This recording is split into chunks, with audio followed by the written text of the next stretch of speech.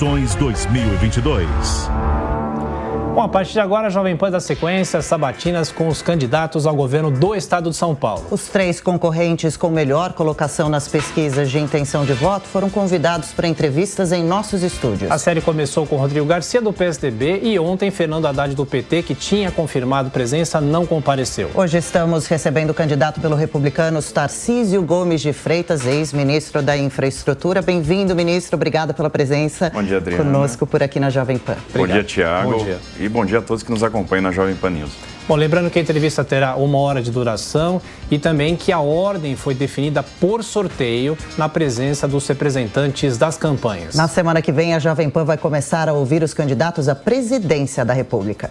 Bom, ministro, pode sentar. Muito obrigado mais uma vez pela visita e participação. Os nossos comentaristas também estão aqui. Eu começo perguntando para o senhor. Tivemos ontem a divulgação do novo Datafolha e na quarta-feira, Rodrigo Garcia diz que Fernando Haddad é o adversário dele, o principal adversário.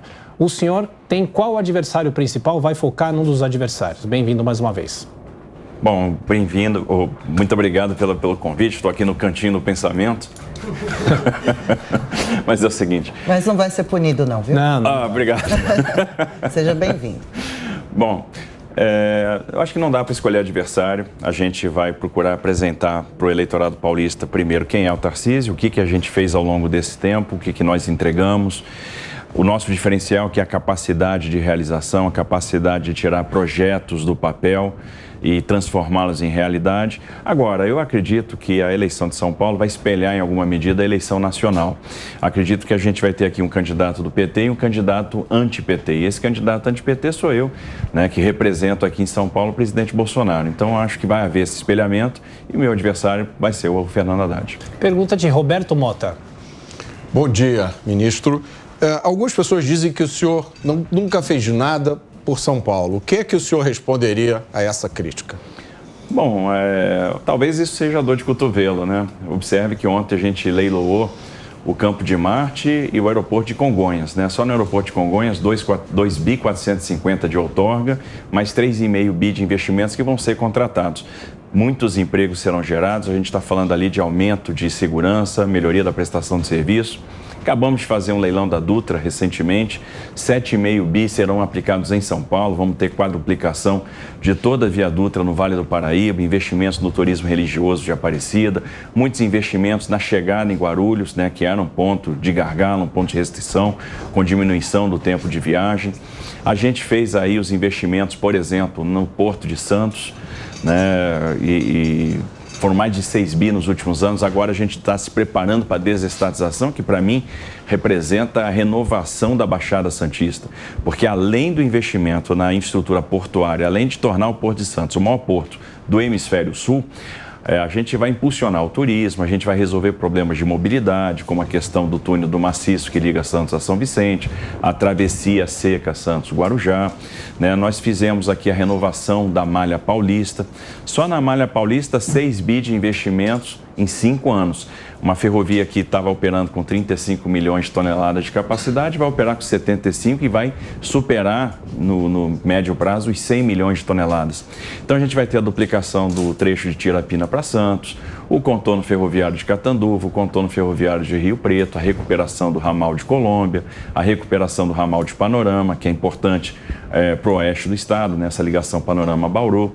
Acabamos de fazer também a renovação do contrato da MRS e esse contrato elimina aquele conflito ferrovia de carga versus ferrovia de passageiro, então são mais pares de trem-dia para carga, a gente acaba aumentando muito o volume transportado e criando espaço, deixando tudo aberto para fazer o trem intercidades.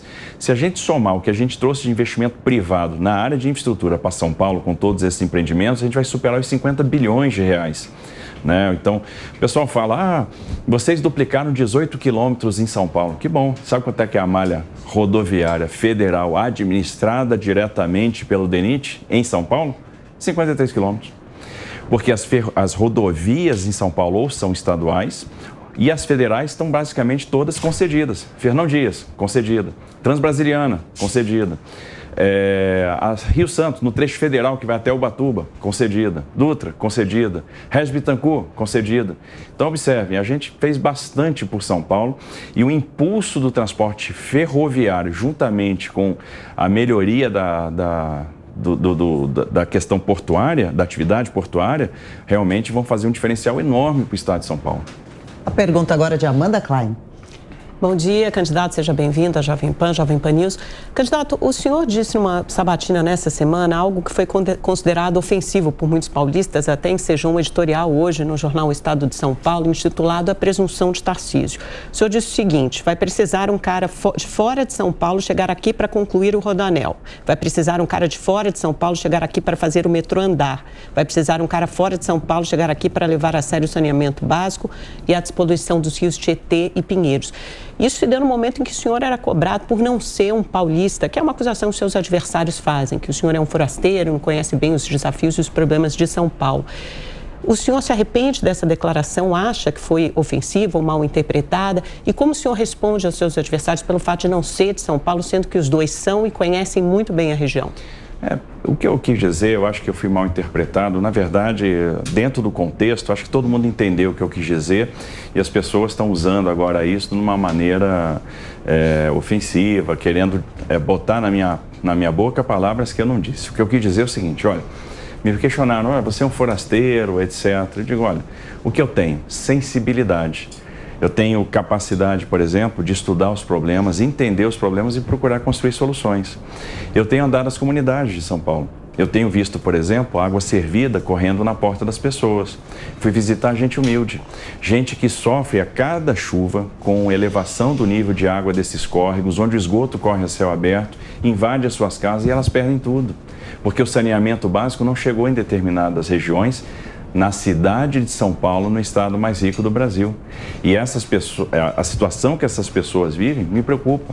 Então isso é ter sensibilidade, isso é sentir a dor daquela pessoa. Eu vi coisas em comunidades aqui em São Paulo que eu só tinha visto em Porto Príncipe, no Haiti. Você tem um rodoanel que, no final das contas, a não conclusão dele deixa vários municípios de costas para a logística, me preocupa. E aí eu te digo, a gente vai ter capacidade de fazer um rodoanel? Vai. A gente não conseguiu colocar o transporte ferroviário para funcionar, a gente não concluiu a Ferrovia Norte-Sul, inclusive no trecho paulista de Estrela do Oeste para São Simão, conseguimos. A gente não conseguiu fazer a renovação da Paulista, que todo mundo achava impossível, fizemos. A gente não conseguiu avançar com as privatizações portuárias e todo mundo dizia que haveria um caos, confusão, paralisação dos portos, a gente conseguiu. Fizemos a privatização do Porto Espírito Santo, encaminhamos bem a privatização de Santos. Então, o que eu estou querendo dizer é que eu tenho sensibilidade para entender que as rodovias que chegam a São Paulo, por exemplo, hoje, estão bastante saturadas e que a gente tem condição de fazer um trem intercidades. O fato de eu ser de fora de São Paulo não significa que eu não tenha condição de resolver os problemas de São Paulo, que eu não tenha sensibilidade para entender os problemas de São Paulo, que eu não consiga perceber o problema da turma que mora lá na comunidade, lá no distrito de Campo Grande, que é um distrito mais pobre, mais carente da cidade de Campinas. Mas o senhor diria que esse projeto de ser candidato ao governo de São Paulo foi, de certa forma, improvisado, ou então uma missão imposta pelo presidente Bolsonaro? O senhor tinha acabado de comprar um apartamento em Brasília, seu sonho, seu projeto era ser candidato ao governo, ao Senado por Goiás. Quer dizer, foi uma coisa de última hora? Não foi, na verdade, assim, meu sonho nunca foi nem entrar para a política. Assim, meu apartamento não tinha acabado de comprar, eu comprei em 2019. Por que eu comprei? Porque eu acreditei no Paulo Guedes e não me arrependo, Porque o que a gente viu? Mercado sendo aquecido, então eu pensei, o metro quadrado vai subir, porque a construção civil vai impulsionar, e de fato está acontecendo, porque a construção civil está bombando. De empreendimento, o pessoal está trabalhando, estamos gerando emprego. E acreditei na questão da taxa de juros, o juro estava muito baixo. Opa, está na hora de dar um passo, comprar um imóvel. Isso em 2019, comprei na planta como qualquer servidor público faz. Então, e não tinha pretensão de entrar na política, eu nunca pensei nem em ser ministro. Essa porta me foi aberta pelo presidente Bolsonaro, que rompeu toda a lógica de entregar ministérios a partidos, resolveu colocar um técnico, apostar num técnico para o ministério. E as coisas vão acontecendo na vida da gente, as portas vão se abrindo quando você não espera. Você tem que estar preparado para as oportunidades que se abrem, para as portas que se abrem. Agora, se eu que preparei a minha vida toda para fazer a diferença e acabei tomando esse caminho do serviço público, que é um caminho difícil, é um caminho que exige devotamento, dedicação, você não leva muita coisa, você tem muito trabalho, muita cobrança, é porque eu quero fazer a diferença. Por que eu fui para o Haiti, né, fazer infraestrutura lá naquela situação? Por que eu servi 6 anos na Amazônia? Fui voluntário, não precisava ter ido. Fui o primeiro lugar da minha turma, podia ter escolhido, podia ter ido para qualquer lugar do Brasil, resolvi fazer a diferença na Amazônia. Fui para o Ministério da Infraestrutura com a alegria que eu tinha quando eu terminava uma ponte, como a ponte do Abunã, por exemplo. Anos, e quanto tempo, a vida toda, as pessoas que iam para o Acre precisavam fazer a travessia do Madeira de balsa. Horas na fila, pagavam caro. A alegria que você tem de terminar uma pavimentação da BR-63. A gente se acostumou todo o tempo a ver as pessoas nos atoleiros, dias e dias e dias, perdendo dinheiro, passando por desconforto. Você vai lá, termina a pavimentação e você faz a diferença na vida de alguém. Ontem eu estava no evento BTG e alguém me procura e diz o seguinte: poxa, eu estou muito feliz porque o senhor duplicou a 116 Rio Grande do Sul. Eu sou produtor de arroz e eu sofria com a 116 não duplicada. Então a gente pegou essa rodovia sem nenhum quilômetro de duplicação, entregamos 150 quilômetros duplicados. Isso me deixa feliz. Será que eu não vou ficar muito feliz de terminar, por exemplo, um trem intercidades? Será que eu não vou ficar feliz de promover aqui saneamento básico em comunidades que precisam do saneamento básico? Em fazer o Estado de São Paulo voltar a crescer no IDEB, em dar perspectiva para os jovens, em melhorar, em acabar com essas filas por cirurgias eletivas, em melhorar a percepção da segurança, né, em fazer a travessia seca Santos-Guarujá? Lógico que eu vou ficar feliz. Isso é uma missão. Isso aí, no final das contas, dá realização. E eu, né, dentro de uma visão espiritual, acredito que a melhor forma de se aproximar de Deus é fazer a diferença, é se santificar via trabalho. Candidato Tarcísio, pois não. Posso só pegar uma carinha na pergunta da Amanda? Então, seria justo dizer que o senhor acredita que preparo técnico, um desempenho comprovado e um senso de missão são mais importantes numa escolha dessa do que simplesmente o fato da sua certidão de nascimento ser ou não de São Paulo? Eu não tenho dúvida disso e a população está me dando essa resposta. Todo lugar que a gente está indo e está apresentando as nossas ideias, os nossos projetos, a gente está sendo bem recebido. Ninguém me olha com desconfiança. Ninguém chega, esse cara é um forasteiro, esse cara não veio daqui, até porque a riqueza de São Paulo foi construída por paulistas e por pessoas que vieram de fora. É um estado que abraçou todo mundo. O que o estado quer? Alguém que tenha sensibilidade, alguém que entenda os problemas, alguém que consiga encaminhar uma solução e mais do que ter ideias, porque ideia, sinceramente, todo mundo tem. Qual é o grande diferencial? É ter capacidade de tirar essa ideia do papel e transformar em realidade, entregar projeto. Ninguém quer saber aonde você nasceu, né? Porque eu sou taxado pejorativamente, aí o tempo todo, o carioca. Um cara que nasceu no Rio morou até os 2 anos de idade no Rio de Janeiro. Voltei para lá depois, para cursar a graduação no Instituto Militar de Engenharia e voltei mais uma vez para fazer o mestrado no Instituto Militar de Engenharia, que é uma grande escola, te dá uma grande formação técnica. Né? Ninguém quer saber de onde você veio, o pessoal quer saber para onde a gente vai. E se você tem condição de conduzir esse movimento, você tem condição de realizar. Isso eu provei ao longo da minha vida que eu tenho condição de realizar. E as pessoas estão carentes de realização. As pessoas estão carentes de boa infraestrutura, né, de resolução dos problemas de mobilidade urbana, estão carentes de falta de escola, de professor na escola, de carreira de professor valorizada, de diretor de escola valorizado, estão carentes de segurança pública, estão carentes de saúde. É isso que as pessoas querem. É isso que a gente quer fazer, a gente quer fazer a diferença. Então não importa de onde você veio. Né? O que eu quis dizer naquela entrevista é o seguinte: de repente, essa pessoa que veio de fora vai ter sensibilidade para entender os problemas e vai entregar resultados. E pode ter certeza que eu vou me cobrar muito mais do que qualquer outro, que eu vou querer demonstrar que a gente não pode ter preconceito com a certidão de nascimento. Candidato Tarcísio Gomes de Freitas, aqui nos estúdios do Jornal da Manhã. Agora a pergunta de Brasília, José Maria Trindade. Zé Maria. Salve, muito bom dia, candidato. Olha, São Paulo é mesmo uma cara de infraestrutura, né? E um local onde convivem ali o Haiti, como o senhor diz, e o primeiro mundo. É natural que esses extremos morem exatamente nesta grande locomotiva do país. Mas o senhor, apesar de dizer aí que foi para a linha de frente, né, com o convite do presidente Jair Bolsonaro, sempre conviveu com política, nos bastidores. Conhece muito bem o funcionamento do Congresso Nacional, conhecia muito bem, isso ajudou o seu trabalho no Ministério da Infraestrutura, como é feita a infraestrutura. E eu vejo, candidato, um grande gargalo nas promessas de todos os candidatos, que é a proposta de governo e o financiamento, ou seja, o cofre. O senhor acha que é possível fazer e realizar o que o senhor propõe? Existem recursos para isso? Bom, Zé Maria, tudo bem? Bom dia. Olha, existe, porque aí vem a criatividade. Não existia recurso também para eu fazer o que eu fiz no Ministério da Infraestrutura e nós fizemos. Por que nós fizemos? Porque a gente usou a criatividade. Foi a primeira vez que alguém pegou recurso de outorga de concessão e aplicou no desenvolvimento de outras obras. Por exemplo, uma vez eu estava visitando a Ferrovia de Integração Oeste-Leste.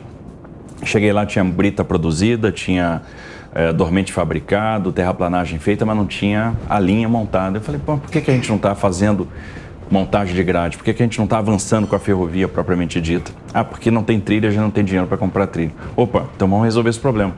Eu vou usar a outorga da Vitória Minas e nós vamos comprar os trilhos da FIOL. Estamos fazendo grade ali à beça, estamos avançando muito com a ferrovia. Ah, precisa construir a Ferrovia de Integração do Centro-Oeste. Ah, eu vou usar o recurso da outorga da Vitória Minas e eu vou construir a ferrovia que vai ligar o Vale do Araguaia à Ferrovia Norte-Sul. É uma coisa que foi pensada por Pedro II, que está saindo do papel agora, a ferrovia está em obra. E o pessoal dizia para mim, isso não é possível. Por que não é possível? Vamos substituir o não dá, né, o não pode, pelo por que não. Não, eu acredito que é possível, vamos fazer. E foi assim, a gente aproveitou o balanço de Itaipu para fazer a duplicação da 469, a pavimentação da Estrada da Boiadeira, a duplicação do acesso ao aeroporto de Foz, a ampliação do aeroporto de Foz e a segunda ponte internacional de Foz do Iguaçu, que agora, ontem, estava lançando a última duela. Estão usando a criatividade. Quando a gente olha para São Paulo, a gente vai ver o seguinte, primeiro, eu tenho muito potencial para trabalhar aqui com iniciativa privada. Olha o modelo de venda da Eletrobras, onde a gente vendeu, fez uma grande operação de mercado, renovou os contratos de concessão, pegou esse dinheiro, aplicou na conta de desenvolvimento energético para baixar a conta de energia. Será que um modelo semelhante não cabe na Sabesp? Quanto isso geraria de valor para ser aplicado? Qual é o montante do patrimônio imobiliário de São Paulo? Quase 130 bilhões que estão aí parados. Então, será que eu não consigo desmobilizar parte desse patrimônio para fazer investimento? Consigo. Quantas oportunidades eu tenho de reduzir custeio usando tecnologia de informação e digitalização do governo, né? Trabalhando com o governo digital? Também tem ali uma grande oportunidade de redução de custeio. Aí eu vou criando os recursos para fazer com que aquilo que a gente está colocando em pauta seja possível de se realizar. Então, usando também alguma capacidade de endividamento do Estado, a gente tem condição aí de reduzir bastante custeio em determinadas áreas, né, de diminuir bastante desperdício. Na saúde, a gente pode diminuir muito desperdício com o emprego da saúde digital, aumentando bastante a resolutividade da atenção primária, que é baixa, né? Para você ter uma ideia, mais de 30% dos exames que são feitos no Estado de São Paulo não são sequer retirados. Então, tem uma oportunidade de melhoria para a gente proporcionar sobras de recursos e aplicação judiciosa desse recurso. E fora isso, se tem um Estado que a gente pode atrair capital privado, é o Estado de São Paulo. Estamos com o ex-ministro Tarcísio Gomes de Freitas, aqui nos estúdios do Jornal da Manhã, sabatina com os candidatos ao Palácio dos Bandeirantes. Bom, ministro, eu pergunto para o senhor o seguinte, na quarta-feira o governador Rodrigo Garcia esteve aqui e a gente teve muita discussão sobre a questão da segurança pública, que, segundo o próprio PSDB, é um ponto nevrálgico aqui no estado de São Paulo. O senhor já se posicionou em algumas questões, como as câmeras nos coletes dos policiais, mas eu pergunto, se o senhor for eleito, quem será o seu secretário da Segurança Pública e o que o senhor acha que é possível fazer para amenizar a sensação de insegurança que os moradores aqui de São Paulo têm? Bom, eu ainda não escolhi o secretário de Segurança Pública, não tenho um nome. Agora, podem ter certeza de uma coisa, será um nome muito técnico, um nome que tem identidade, que entenda de segurança pública. O secretariado vai ser todo técnico, assim como foi o Ministério do Presidente Bolsonaro. Esse exemplo que o Bolsonaro me deu, eu vou seguir na montagem do secretariado aqui no estado de São Paulo, porque isso faz a diferença. Eu estava ontem no BTG falando para as pessoas o seguinte, você ter um Paulo Guedes como ministro da Economia é um luxo. Você ter uma Tereza Cristina como ministro da Agricultura foi um luxo. Um Roberto Campos Neto, presidente do Banco Central, um luxo. Porque são pessoas muito qualificadas. E observe as crises que o Brasil enfrentou e como a gente saiu do outro lado. Então o secretariado vai ser todo técnico e eu quero uma pessoa que entenda de segurança pública, né, que consiga realmente fazer a diferença, né, para que a gente tenha o melhor direcionamento para uma série de questões, por exemplo, como a questão da administração penitenciária, como a questão do uso da tecnologia de informação na atividade de segurança, monitoramento, a atividade de inteligência. E eu entendo que a gente vai crescer na segurança pública, primeiro, se a gente entender que tem que caminhar próximo do governo federal para que haja compartilhamento de polícias, monitoramento de instalações críticas, compartilhamento e atuação conjunta na área de inteligência. É importante atuar na asfixia financeira do crime organizado. Pega um Porto de Santos, por exemplo. A gente sabe que é um polo exportador de droga. É um polo receptador de armas, então ali eu tenho que ter uma atenção especial. E a atuação do governo do estado tem que ser conjunta com o governo federal, porque a instalação é federal, as vias de acesso são estaduais. Então a gente tem que trabalhar de forma harmônica. A outra questão é a asfixia financeira dessas quadrilhas, o combate às quadrilhas de receptação, porque observe, se eu tenho um crime contra patrimônio, crime contra celular, as pessoas estão sofrendo, tem o celular roubado, às vezes ela nem terminou de pagar o celular lá no crediário e já teve o celular subtraído.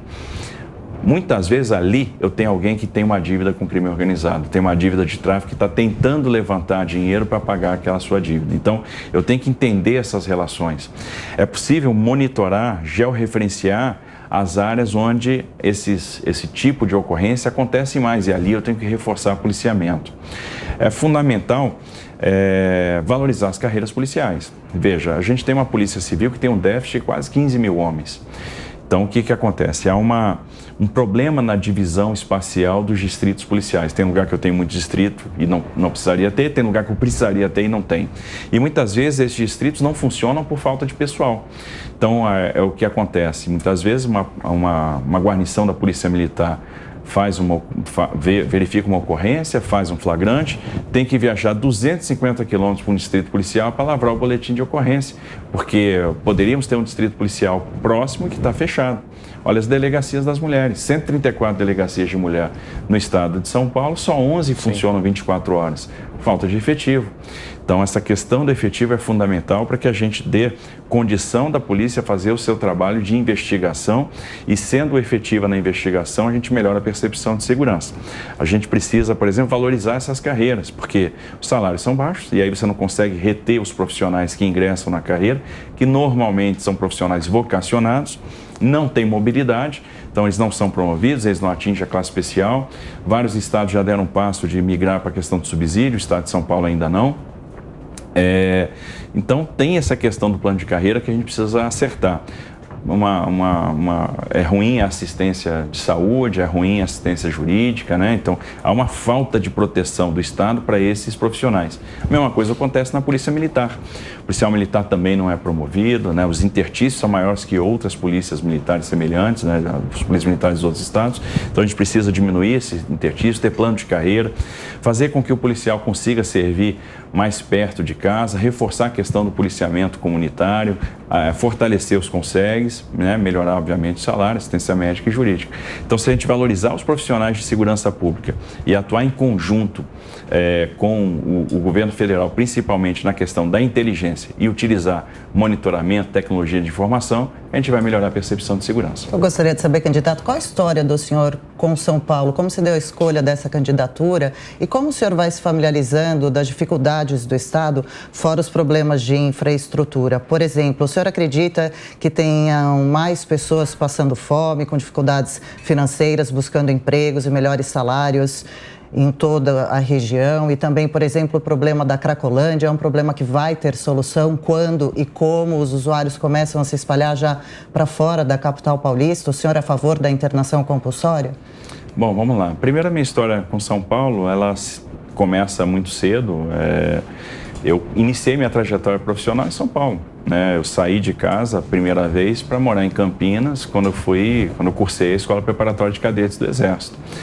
Depois, obviamente, tive toda a interação com São Paulo, o conhecimento de São Paulo por meio da infraestrutura, porque a infraestrutura é uma atividade de meio. A infraestrutura serve para atender uma dinâmica social, uma dinâmica econômica, e você faz infraestrutura pensando, no final das contas, nessa dinâmica. Você projeta a infraestrutura para atender o setor produtivo. Então, quando você imagina que tem que recuperar o ramal de Colômbia ou de Panorama, é porque você viu carga ferroviável nessas regiões. Quando você percebe que tem que fazer um contorno de Rio Preto, que vai começar em Mirassol, vai passar por Rio Preto, vai terminar em Cedral, é porque você viu que ali era necessário, que você tinha um problema, um gargalo que precisava ser resolvido. E isso é modelo. Isso é você entender a economia do Estado, ver como é que ela está se comportando, confrontar o crescimento da demanda por transporte com oferta para projetar as melhores soluções. Então, obrigatoriamente, você tem que mergulhar na questão do Estado. E, obviamente, a gente está estudando muito, a gente está percorrendo o Estado todo, ouvindo muito. A capacidade de ouvir é fundamental. Outro dia eu estava num evento e uma pessoa chegou para mim e disse assim: Tarcísio, qual é a sua proposta para o meu setor? Eu disse assim, respondi, não sei, não conheço o seu setor. A gente não tem obrigação de conhecer tudo. Eu não conheço o seu setor, eu não sei onde o seu calo está apertando, mas você sabe. E se você me disser onde o seu calo está apertando, se você me disser qual é o seu problema, provavelmente a gente vai conseguir, em conjunto, a várias mãos, construir uma solução. No Ministério da Infraestrutura a gente fez muito isso. Nós fizemos mudanças regulatórias muito importantes, todo mundo acompanhou. A gente mudou a regulação do transporte ferroviário, do setor portuário, do setor aéreo, a regulação da aviação civil, do transporte rodoviário interestadual de passageiros, e nós fizemos isso em conjunto com os setores, em conjunto com a iniciativa privada.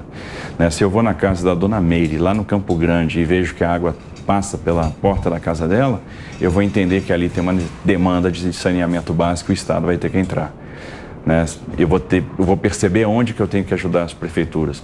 Eu vou perceber que, apesar da competência do Estado na educação ser lá o Fundamental 2, o ensino médio, o ensino superior, o ensino profissionalizante, a gente tem um problema hoje de analfabetismo que cresceu no Estado. E se eu não apoiar as prefeituras do ponto de vista pedagógico, do ponto de vista técnico, do ponto de vista de infraestrutura, a gente não vai combater o analfabetismo. Eu sei que tem mães que não conseguem trabalhar porque não tem creche. É competência do Estado? Passa a ser porque a gente vai ter que apoiar os municípios. Então, esse tipo de sensibilidade a gente vai desenvolvendo para criar as soluções. Então, a gente começa a enxergar onde é que estão os problemas. Em todo lugar que a gente vai, a população nos procura e diz: aqui eu tenho uma preocupação, aqui eu tenho um problema. Opa, esse problema tem ou não tem solução? Essa solução é simples ou não é? Tem recurso ou não tem? Como é que a gente vai financiar isso aqui? Para estabelecer compromisso. Para a gente ver o que é possível fazer. Então, eu entendo que é possível entender hoje a problemática do Estado. Nós temos, sim, um problema de segurança alimentar, um problema aqui de pessoas que estão passando necessidade, muitas vítimas de políticas equivocadas de enfrentamento à pandemia. Nós temos aqui 2 milhões e 400 mil famílias beneficiárias do Auxílio Brasil no estado de São Paulo.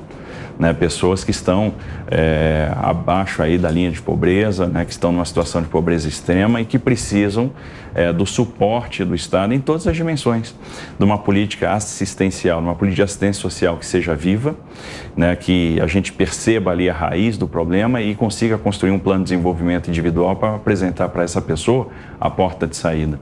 Quantos empreendedores, isso é uma coisa muito bacana, existem nas comunidades, nas favelas em São Paulo?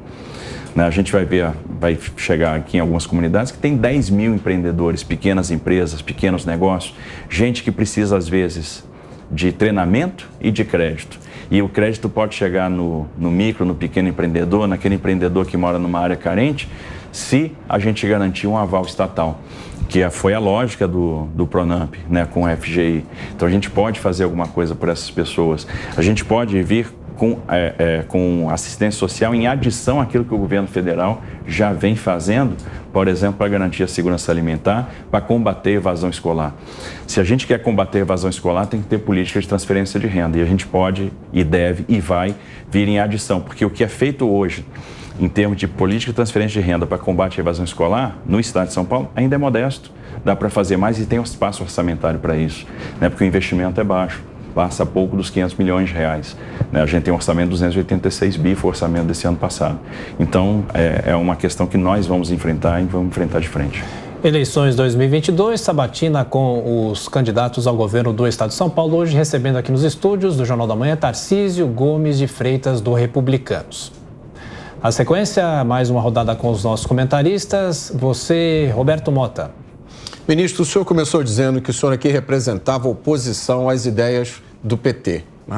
Tem uma ideia do PT, uma ideia da esquerda, que permeia a segurança pública brasileira e é um fator impedidor de ações públicas, que é a ideia de que o criminoso é um pobre coitado, que não teve oportunidade. A gente viu, inclusive, o candidato do PT dizendo isso. Isso se reflete em políticas públicas. Eu fiz uma pergunta ao governador Rodrigo Garcia sobre uma comissão para controle de letalidade policial que foi criada aqui em São Paulo. Letalidade policial é um item que foi colocado no topo da pauta de segurança pública, né?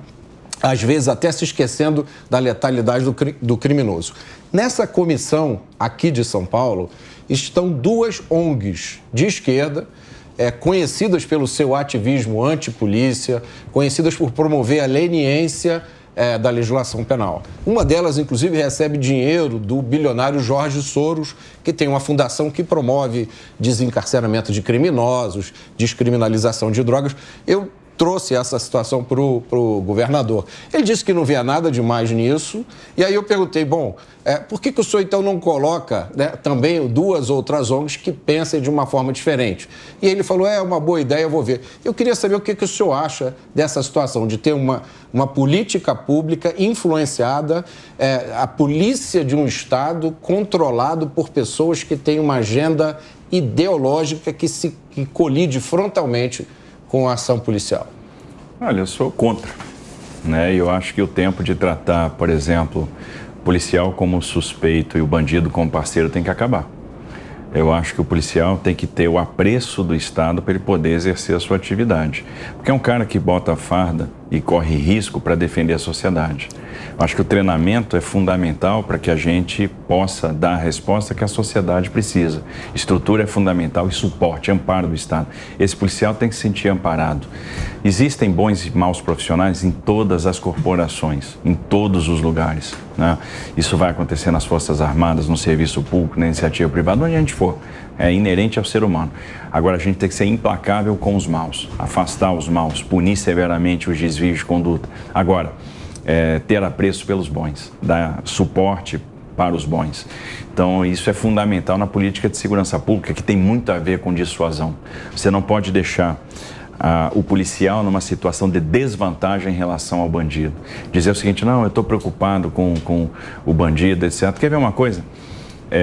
Um presidiário que está numa saidinha pode fazer uma viagem de ônibus tendo um patrocínio. Ou seja, ele vai ter prioridade em relação ao policial que vai fazer a mesma viagem. Passagem grátis. Que você passagem quer dizer, grátis, exatamente. Se não tiver vaga, o preso vai e o policial não. Então tem uma inversão de valores. Isso vai sendo colocado na cabeça da sociedade e as pessoas vão achando que isso é normal. Não, a gente tem que acabar com essa situação de supremacia do bandido. O bandido tem que ter supremacia. E o senhor viveu uma situação parecida com essa no Haiti, né? Porque teve uma operação de garantia da ordem lá, né? O Haiti é o seguinte, era uma missão de paz, mas antes de você garantir a paz, você tem que conquistar a paz. Né? O país estava dominado por milícias, dominado por facções, houve a dissolução do exército e aí uma atuação, primeiro, de garantia da paz, para restabelecimento do poder político. Muitas vezes, você toma decisões em fração de segundos, porque senão você está com a sua segurança e a da sua tropa em risco. E quem define o engajamento é o comandante da cena, para isso tem treinamento. Para isso você é extremamente adestrado para saber o que fazer em determinadas situações. Então eu entendo que a gente tem que abraçar a nossa polícia, abraçar a nossa força policial e não faz sentido nenhum eu ter uma ONG tomando decisão de segurança pública, que é uma decisão que compete ao Estado. Política de segurança pública é do Estado, né? A gente tem que entender como que a gente vai trabalhar para garantir a segurança da população, investindo muito em tecnologia de informação, investindo muito em inteligência. Inteligência é fundamental. A tecnologia de informação pode nos dar informações valiosas, inclusive para a gente posicionar de forma inteligente a nossa força policial no terreno, para realmente dissuadir. Dissuasão é fundamental. E a gente vai andar muito na estratégia da dissuasão, que é isso que vai melhorar a percepção de segurança para as pessoas.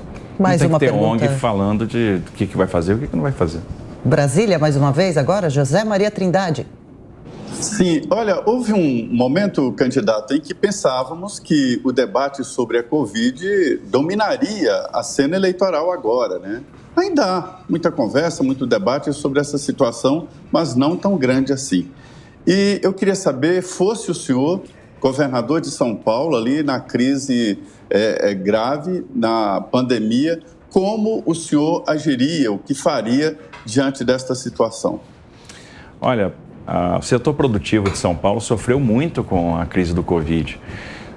Com fechamento de comércio, fechamento desarrazoado, né? Fechamento de indústrias, encerramento de atividade produtiva. Se não fosse o suporte do governo federal, o Estado teria dificuldade, os municípios teriam dificuldades. O governo mandou muito dinheiro para o enfrentamento direto ao Covid, postergou o pagamento de serviço da dívida, recompletou o saldo de fundo de participação em estados e municípios com os valores de arrecadação de 2019, né? Socorreu milhões de pessoas, 12 milhões de pessoas receberam aqui o auxílio emergencial. Foi um aporte de 66 bi só no auxílio emergencial. Socorreu empresas por meio do Pronamp, por meio do benefício emergencial. Se não tivesse sido a ação, né, inteligente, oportuna, dirigente do governo federal, estados e municípios não pagariam salários.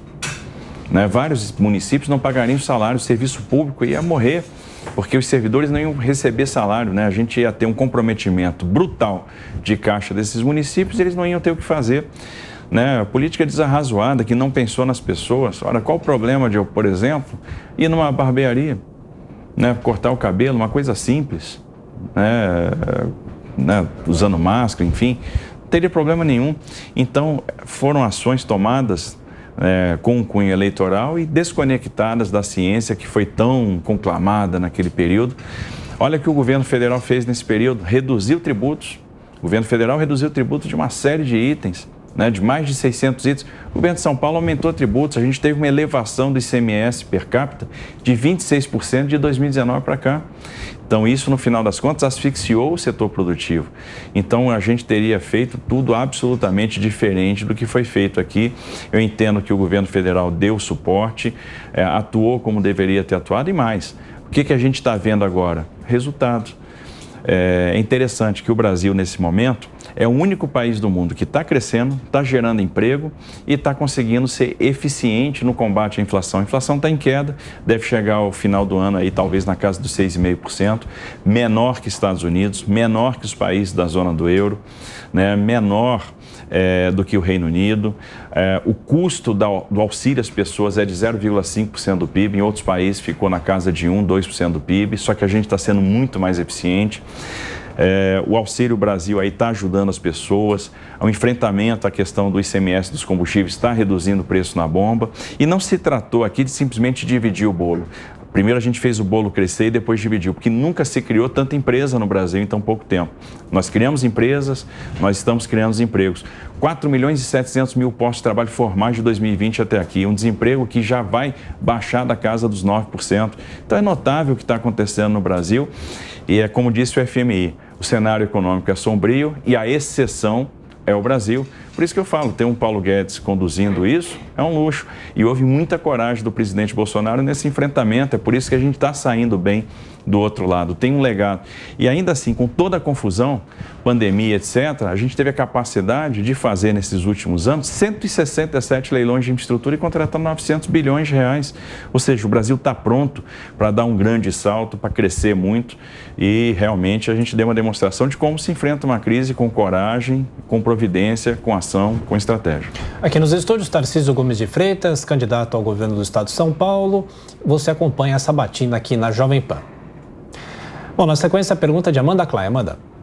Candidato, o senhor sempre teve essa visão técnica, essa visão de gestor, o senhor defendeu o governo federal agora no combate à pandemia, mas o presidente Bolsonaro foi contra a vacina. São Paulo trouxe a vacina para o Brasil, tem o Instituto Butantan, que é um instituto de excelência. O presidente Bolsonaro não tomou a vacina, o senhor tomou a vacina, defendeu a vacina, sua família tomou, defendeu o passaporte vacinal. Quando o senhor fala do combate à Covid aqui em São Paulo, eu até fui resgatar alguns números.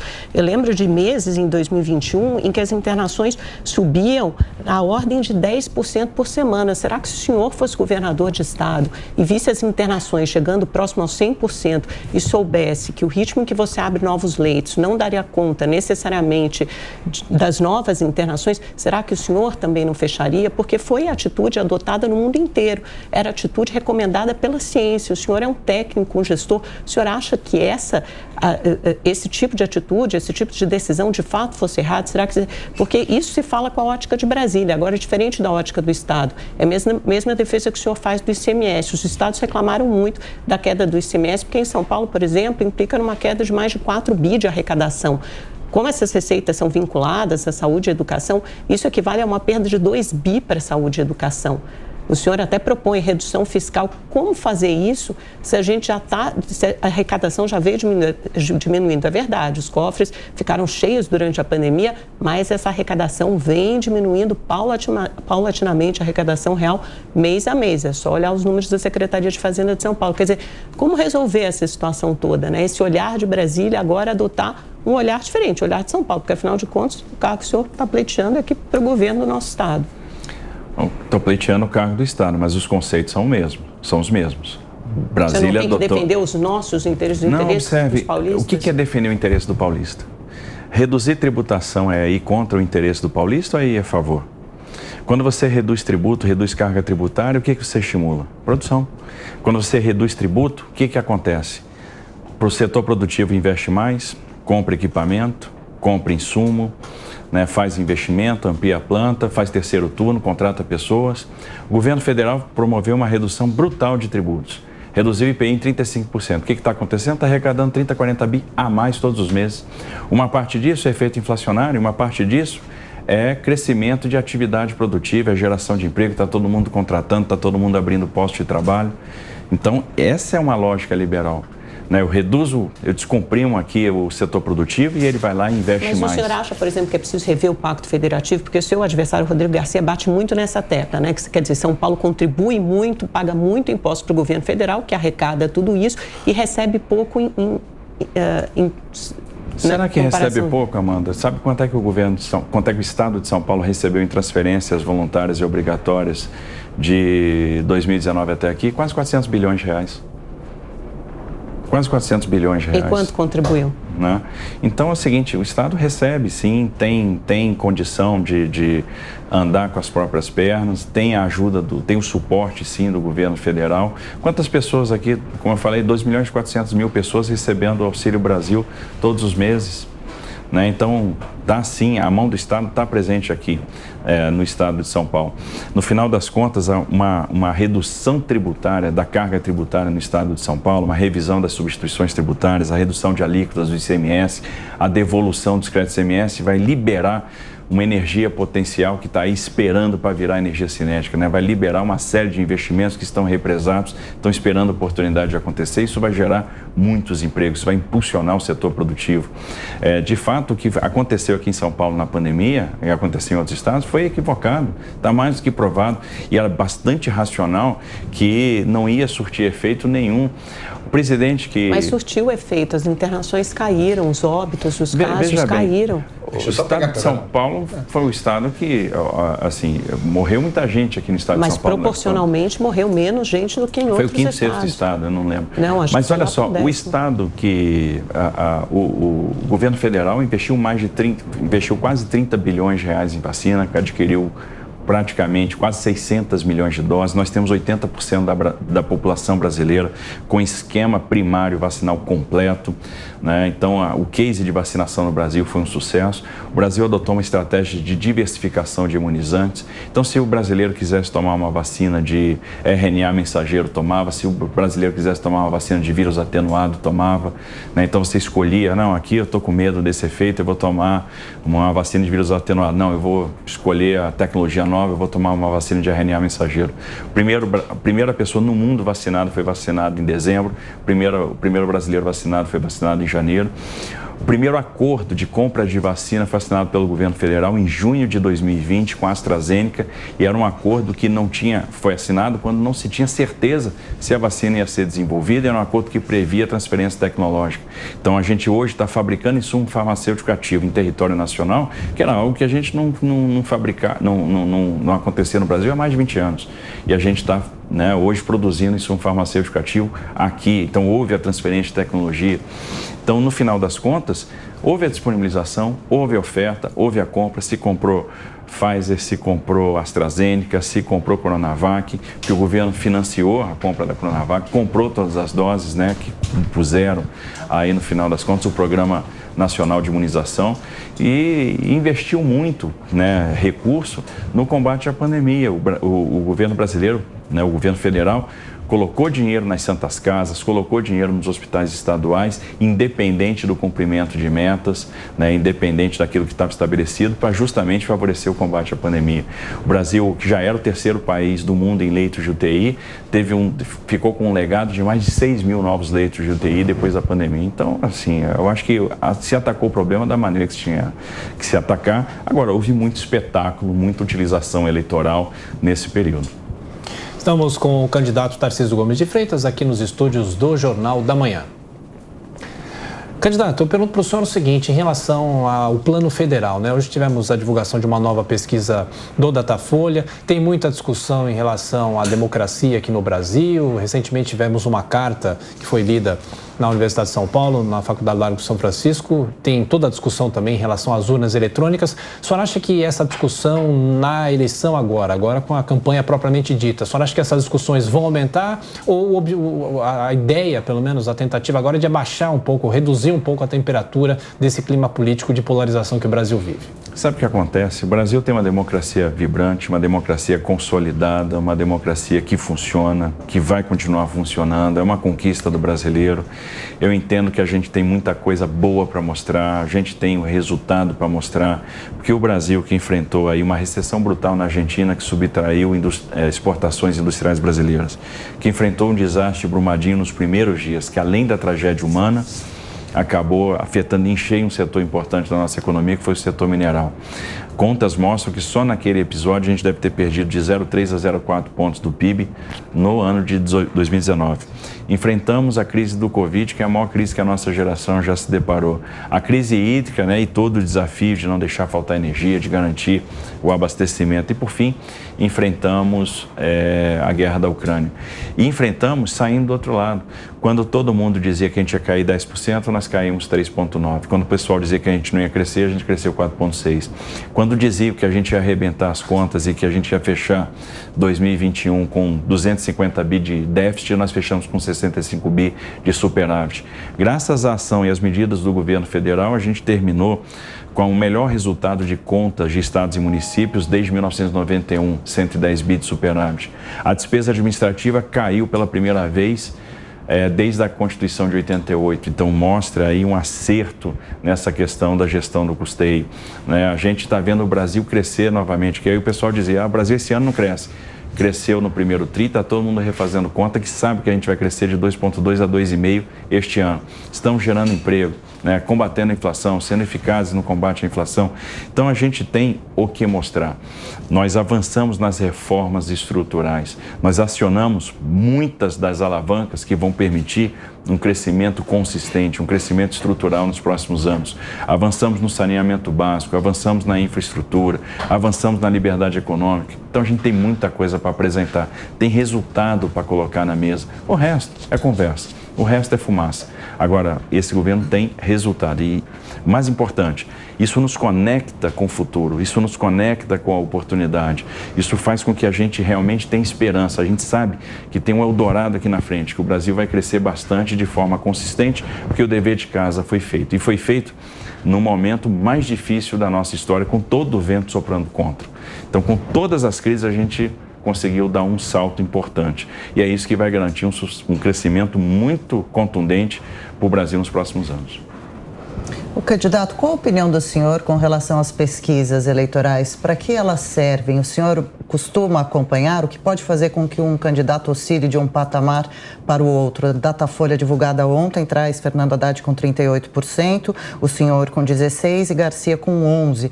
Por que, na opinião do senhor, Haddad lidera e a disputa inicial do senhor é com Haddad ou com Garcia? Acho que Haddad lidera por enquanto porque tem recall.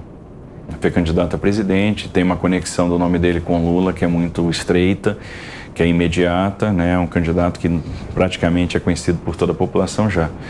Eu tenho um grau de desconhecimento muito grande, o Rodrigo tem um grau de desconhecimento muito grande, e esse conhecimento vai vir ao longo da campanha, né? A gente vai mostrar o nosso trabalho aí ao longo do tempo. Então eu estou muito otimista com relação ao crescimento, e quando a gente lê uma pesquisa dessa, a gente vê, puxa, eu tenho oportunidade de crescer, eu tenho oportunidade de transformar esse desconhecimento em intenção de voto, né? Aquela história, né? E o que a gente está vendo já, e esse crescimento nosso é interessante, porque quem conhece gosta.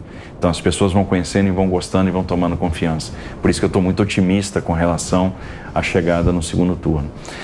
Pesquisa para mim é uma fotografia de momento, né? Marca aquele momento específico e depende muito da metodologia que cada instituto utiliza. Se a pesquisa é feita por telefone tem um resultado, se ela é presencial ela tem outro, dependendo do tipo de pergunta que é feito antes da pergunta da intenção de voto, a gente vai ter um resultado ou outro. Então isso varia muito, por isso que a gente trabalha com informação de vários institutos, inclusive a gente faz as nossas pesquisas internas, a gente faz os nossos monitoramentos, os nossos trackings, para saber exatamente para onde a gente está indo, se está havendo acerto ou erro na estratégia. E eu estou extremamente confiante com relação a isso. Bom, a gente está entrando na reta final da nossa sabatina, faltando 8 minutinhos. Passo agora a palavra mais uma vez, uma rodada com os nossos comentaristas. Peço para que cada um seja bem breve, para que todos possam fazer a última pergunta. Então, você agora, Roberto Mota. Ministro, há muitas décadas que o que a gente escutava de notícias da área de infraestrutura e transporte era escândalo de corrupção e obras inacabadas. E aí o senhor assumiu o ministério e tudo mudou. Qual foi o segredo? Acho que, primeiro, o fato de eu ser técnico, né, de ter tido essa escolha técnica, então foi uma postura, né, uma opção presidencial. Foi a opção do presidente Bolsonaro, uma opção bastante corajosa. Obviamente ele pagou um preço político por isso, mas bancou, porque é um cara muito corajoso. Segundo, a liberdade que eu tive para montar a equipe. Eu busquei montar uma equipe muito técnica, um time de craques. Então, em cada posição, eu tinha um craque jogando. Eu trouxe o que tinha de melhor aí em termos de competências para cada uma das posições, para cada um dos setores. Então, meu secretário de Portos era um craque, o Diogo Piloni, meu secretário de Aviação Civil, o Rony, era um craque. Quem cuidava da modelagem dos projetos, a Natália Marcassi, era uma craque. Então, tinha pessoas ali jogando comigo que eram da melhor qualidade. Nas autarquias da mesma forma, nas empresas vinculadas da mesma forma. Vê que a gente virou o resultado dos portos. Tinha 8 portos dando prejuízo, um foi liquidado, que foi a Companhia Docas do Maranhão, um foi recuperado, o balanço virou e depois foi vendido, que foi a primeira privatização, foi a Docas do Espírito Santo. Os outros 6 estão dando resultado positivo e já se encaminhando agora para os processos de privatização. Criamos uma área dedicada à questão governança, né, no Ministério, que era uma Secretaria de Governança e Integridade, e essa secretaria era comandada por uma delegada de Polícia Federal, a delegada Fernanda. Então, o que era feito lá? Toda gestão de integridade do Ministério. Nós tínhamos a atividade de supervisão ministerial, ou seja, a visita à ponta da linha para detectar pontos de risco, né, fragilidades e procurar tratá-las. Nós tínhamos aí o estabelecimento de um mecanismo seguro de denúncia de desvios para preservar a identidade dos denunciantes. Algumas denúncias chegaram e nós encaminhamos para o Tribunal de Contas da União, Ministério Público Federal, Polícia Federal, CGU. Então a gente tomava iniciativa da apuração e da denúncia. A análise de integridade de dirigentes, isso é uma coisa interessantíssima, porque nós estabelecemos por portaria processo seletivo para a escolha de dirigentes. Então o dirigente era submetido a esse processo seletivo. E a última etapa desse processo era a análise de integridade do currículo. Então a gente fazia uma avaliação de risco do perfil para saber se pela vida pregressa aquela pessoa já tinha se envolvido em problema, podia representar um risco ou não para a assunção daquele cargo. Então isso funcionou muito bem. Criamos um selo de integridade para premiar empresas que, por suas práticas de governança, se destacassem como forma de estimular o mercado aí nessa mesma linha, e aí não tivemos problema. Eu acho que é uma questão de postura, de condução. Então a gente não transigiu com essa questão de integridade. Bom, a gente tem só mais 4 minutos de sabatina. Sua pergunta, Amanda? Rapidamente, ministro, sobre educação, acho importante a gente abordar esse tema. Causa espanto São Paulo ser o estado mais rico e desenvolvido do país e não ser referência em educação. Suas propostas principais para esse ponto?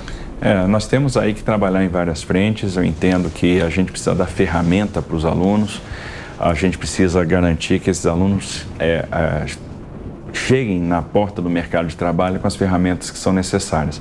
A habilidade de comunicação, a capacidade de expressão oral e escrita, requisitos matemáticos, uma consistência matemática, a capacidade ou habilidade de comunicação em outro idioma, a capacidade de programar que hoje é requerido. Hoje você tem vagas sobrando no mercado de alta tecnologia e a gente tem que desenvolver essas capacidades. Temos aí um enfrentamento ao prejuízo do Covid, desse afastamento irresponsável que aconteceu dos alunos das salas de aula. E aí temos que tratar essa questão do afastamento em 4 pilares, O primeiro vai ser o combate à evasão, que vai estar conectado com uma política de transferência de renda. O segundo pilar é assistência às famílias, para que as famílias entendam que a importância de manter seus filhos na escola, de participar da educação, e a escola tem que estar integrada à sociedade, à comunidade, ela tem que ser um local para desenvolvimento de uma série de atividades. O terceiro é a seleção dos conteúdos que vão ter que ser recuperados, então a gente tem que ter um programa de recuperação de conteúdos, mesclando ensino presencial com ensino à distância, e para isso vem o 4º pilar, que são escolas com boa infraestrutura, escolas que sejam conectadas. É interessante a gente estimular os nossos professores e diretores, inclusive do ponto de vista financeiro. Acho que a gente tem que revisitar a questão das carreiras para que eles sejam valorizados. A gente vê bons exemplos em alguns estados que estão crescendo muito do ponto de vista da educação, como por exemplo Paraná, onde há remuneração por garantia de frequência e garantia de performance. Eu acho isso muito interessante, porque frequência e performance são 2 indicadores interessantes para a gente acompanhar o desenvolvimento da educação. Então, criar um bônus financeiro para isso significa transformar aquele servidor da área da educação em um gestor de educação, em um executivo de educação. Então, você cria uma estrutura de incentivo para que a gente possa promover o resultado. Eu acho isso bastante interessante também. Trabalhar muito com a escola de tempo integral, onde a gente, no contraturno, vai dar um ensino profissionalizante e, mais do que isso, conciliar isso com o programa de aprendiz para que a gente abra a porta do mercado de trabalho para esse jovem. Ou seja, ele precisa ter a primeira experiência profissional e fazer com que esse aprendiz possa trabalhar no microempreendimento, na microempresa, na pequena empresa, com um subsídio estatal, ou seja, com alguns encargos assumidos pelo governo do estado. Então isso é uma coisa muito interessante, porque se a gente tem um problema com relação ao emprego, o emprego do jovem é o que mais preocupa, porque o jovem não tem a experiência. E muitas vezes, por não ter experiência, ele tem a porta do mercado de trabalho fechada. Então é nessa questão que a gente quer trabalhar com o programa de aprendiz. Candidato, para a gente fechar, o Zé Maria faz a última pergunta rapidamente, Zé, e na sequência o senhor já pode fazer as considerações finais. Zé Maria. Muito objetivamente, há um debate, candidato, sobre o sistema eleitoral. O senhor acredita nas urnas eletrônicas? Olha, eu acredito nas urnas eletrônicas, mas entendo que todo processo pode ser aperfeiçoado. Eu acho que o que está sendo promovido agora é um debate acerca do aperfeiçoamento desse processo. Algumas propostas que têm aparecido, na minha opinião, são bastante razoáveis, e seria muito bom que a gente abrisse um diálogo franco, sincero, para colocar isso na mesa. Qual o problema de eu ter 2 computabilizações em 2 computadores diferentes para fazer com que a gente verifique que o resultado que vai chegar é o mesmo? Não vejo problema nenhum nisso. Acredito no sistema, mas acho que todo sistema é passível de aperfeiçoamento e a gente tem condição aí de, por meio do diálogo, construir um consenso e para garantir aí uma confiança absoluta no sistema. Eu acho que o sistema é um sistema que foi muito pensado ao longo dos tempos, tem produzido bons resultados, o Brasil tem se tornado referência, mas como todo sistema, ele pode ser aperfeiçoado e deve ser aperfeiçoado em cima de um diálogo desapaixonado, um diálogo onde impere aí a humildade, a capacidade aí de acerto, de construção. Candidato, 30 segundos para suas considerações, já agradecendo o senhor pela visita aqui aos estúdios do Jornal da Manhã. Obrigado. Eu estou muito feliz aí com a oportunidade, agradeço muito esse espaço aberto pela Jovem Pan News de promover aí um debate propositivo e eu tenho certeza que a gente vai construir um bom caminho para formar convicção aí para os nossos eleitores. Muito obrigado mais uma vez. Bom, conversamos aqui com o candidato Tarcísio Gomes de Freitas, que tenta a eleição aqui para o Palácio dos Bandeirantes. Eu já faço um convite. As nossas sabatinas serão retomadas na semana que vem. Na quarta-feira, o ex-presidente Lula. Na quinta-feira, Ciro Gomes. Na sexta-feira, Simone Tebet. E o presidente da República, Jair Bolsonaro. Estávamos anunciando para a próxima terça, mas a assessoria pediu para que nós mudássemos para outra segunda-feira. Então, são todas as sabatinas e agora com os candidatos também à presidência da República.